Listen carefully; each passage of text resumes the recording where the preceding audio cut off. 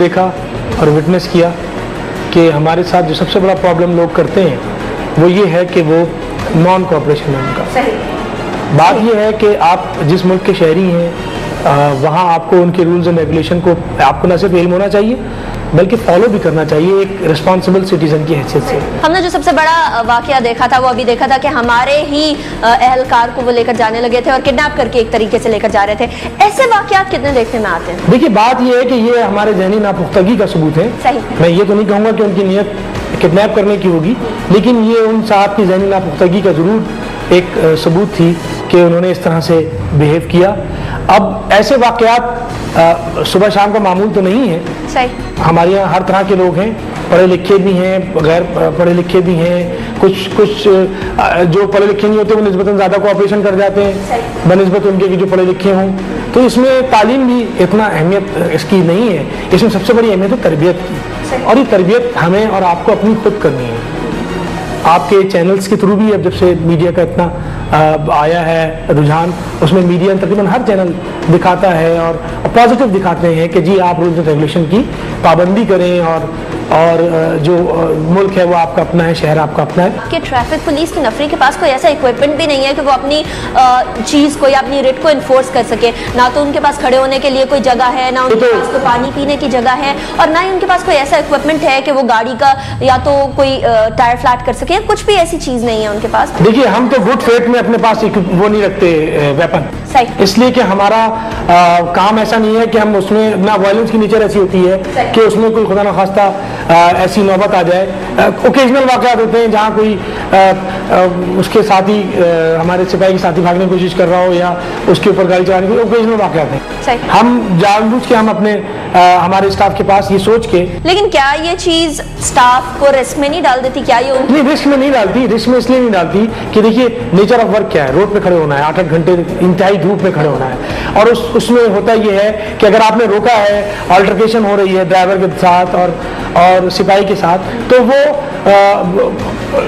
Minimum risk इस बात का है कि कोई वेपन उसको अवेलेबल होगा हमारे स्टाफ को कि वो उसके खिलाफ एक्शन ले सके। देखिए ना, इंसानी जज्बात हैं वो कभी बहुत भड़क जाते हैं, तो अगर भड़क भी गए तो उसको कुछ ऐसी चीज़ अवेलेबल नहीं होगी कि वो हमारी तरफ से कोई ऑफेंस ना हो, हम ये चाहते हैं। ठीक है, उसके लिए जो ऑफेंस होता है उसके डिफेंस के लिए आपके एहलकारों के पास क्या चीज़ होती है? देखिए मोस्टली तो ऐसा वाक़यात होते नहीं, दूसरे फिर नियर बाय ऑपरेशनल पुलिस भी खड़ी होती है, तो इतना कोई मराहल ऐसे आती नहीं, कम होता है, हो रहा है।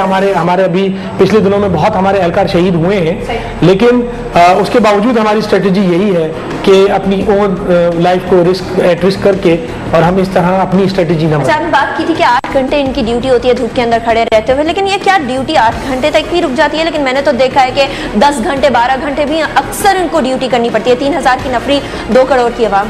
उमूमी तौर पे जो ड्यूटी आवर्स हैं वो 8 आवर्स हैं। हमने 2 शिफ्ट में अपनी पूरी नफरी को डिवाइड किया है ताकि उन पर ओवरबर्डन ना हो, लेकिन उसके बावजूद 3000 जो हमारे पुलिस पर्सनल हैं वो इतने नहीं हैं कि वो पूरे शहर को कैटर कर सकें। इतने मेगा सिटीज़ में आपके पास सर्कुलर रेलवे भी होती है, आपके पास अंडरग्राउंड रेलवे सिस्टम भी होता है, तब कहीं जाके किसी हद तक, वो भी आइडियल सिचुएशन नहीं होती, किसी हद तक ग्रीवेंसेस कम होती हैं। यहाँ हमारे कम्यूटर को सिर्फ एक चीज़ अवेलेबल है, वो रोड। ऑप्शन चॉइस यही कि उसे रोड पे ही आना है, कहीं और उसके पास ऑल्टरनेट नहीं है। तो क्या इसका ये मतलब है कि इन लोगों की ड्यूटी आवर्स लंबे कर दिए जाएं या इनको ज़्यादा टफ ड्यूटी दी जाए? अगर कोई स्पेशल ड्यूटी आती है, वीआईपी ड्यूटी है, रिलीजियस गैदरिंग्स हैं, रिलीजियस प्रोसेशंस हैं, पॉलिटिकल गैदरिंग्स हैं, पॉलिटिकल प्रोसेशंस हैं, उसमें हम ये करते हैं कि अब ये वीवीआईपी की आमद है, डिपार्चर है, उसमें हम स्ट्रेटेजिकली ये करते हैं कि ड्यूटी अपने ऑफिसर्स की लगाते हैं, पूरे शहर से लेके रोटेट करते रहते हैं उनको, ताकि किसी एक पे बर्डन ना पड़े। सही, ठीक है। और जहाँ तक बात आती है इनकी रहाइश की, इनकी तनख्वाह की, उसके अंदर भी इनका गुजारा नहीं है, जिसकी वजह से शायद ये लोग रिश्वत लेने की तरफ जाते हैं। इसके बारे में क्या किया जा रहा है? नहीं, इसका तो मैं इस बात का मैं बिल्कुल तरदीद करूंगा कि किसी वजह से भी, किसी भी वजह से रिश्वत की तरफ जाना तो जायज़ नहीं है। वो तो जायज़ नहीं है, लेकिन शायद इसकी बैकग्राउंड को अगर हम लोग खत्म करें तो बैकग्राउंड खत्म करने के बाद ये चीज़ें खत्म हो जाए। वेलफेयर का ख्याल रखना एक फ़र्ज बनता है महकमे का, और जिस हद तक हो सकता है, आइडियल सिचुएशन तो हमारे यहाँ नहीं है, लेकिन हमारे क्वार्टर दिए जाते हैं रिहाइश के लिए, हमारे यहाँ मेडिकल की सहूलत है, और जो भी जाहिर बात है कि पाकिस्तान के जो भी इकोनॉमिकल हालात हैं उसको मद्देनजर रखते हुए जो फैसिलिटीज़ प्रोवाइड की जा सकती है उसकी कोशिश की जाती है। और वो ये फैसिलिटीज कब बेहतर होंगी? अभी तो जो प्रोवाइड देखिए with the passage of time हर चीज़ बेहतर हो रही है। कोई आगे प्लान है इसको बेहतर करने का? With the passage of time हमारा पे स्केल बेहतर हो रहा है, सैलरीज बेहतर हो रही हैं, फैसिलिटीज़ जितनी भी हैं वो बेहतर की जा रही हैं। इनकी वेलफेयर के लिए अभी हमने जो हेपेटाइटिस बी वगैरह है उसके इंजेक्शंस लगवाए हैं और उसके अलावा हेल्थ फैसिलिटीज़ मज़ीद बेहतर की जा रही हैं। फिर क्वार्टर्स हैं, मुख्तलिफ प्रोजेक्ट्स हैं जो अंडरवे हैं, वो जब बन जाएंगे तो फिर और मज़ीद रिहायशी सहूलतें जो भी हमें अवेलेबल है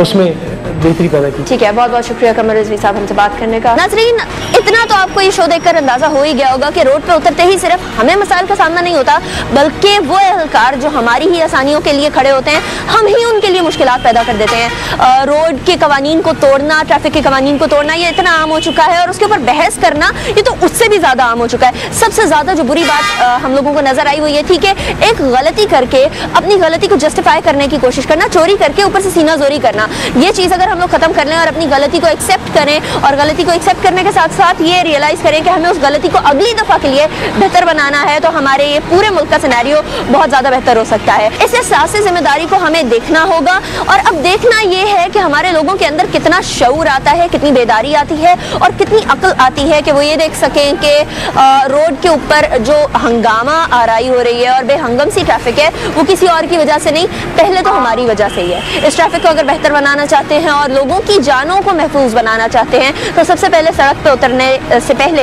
ये सोचकर उतरिए कि आपको बहुत इत्मीनान, बहुत सुकून से गाड़ी चलानी है। किसी से आगे चले जाने से आप बहुत जल्दी नहीं पहुंच जाएंगे किसी जगह पर, थोड़ा इंतजार, थोड़ा तहम्मुल किसी की जान बचा सकता है। हमारा आज का शो आपको कैसा लगा हमें बताइए। फेसबुक पेज ज्वाइन करके, मेरा फेसबुक पेज है अनीका निसार ऑफिशियल के नाम से, यहाँ आप अपने मसाइल, अपनी आरा और अपने कॉमेंट्स दे सकते हैं। साथ ही मेरा ट्विटर पेज फॉलो करिए @अनीका निसार के नाम से। अनीका निसार को अगले शो तक के लिए इजाजत दीजिए। अल्लाह हाफिज।